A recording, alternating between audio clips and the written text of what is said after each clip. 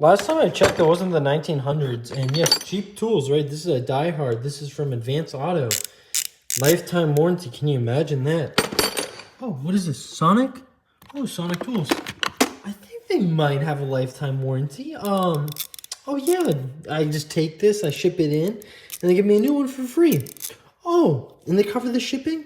Oh, that's funny how it be, you know.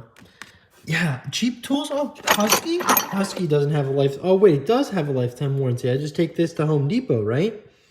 Oh, the logic that these Snap-on guys have makes no sense. Yes, cheap tools do have lifetime warranties. Now, does this Milwaukee have a lifetime warranty? No.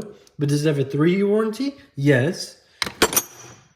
And if you want lifetime, buy a Rigid. Then you'd be good to go because they have lifetime.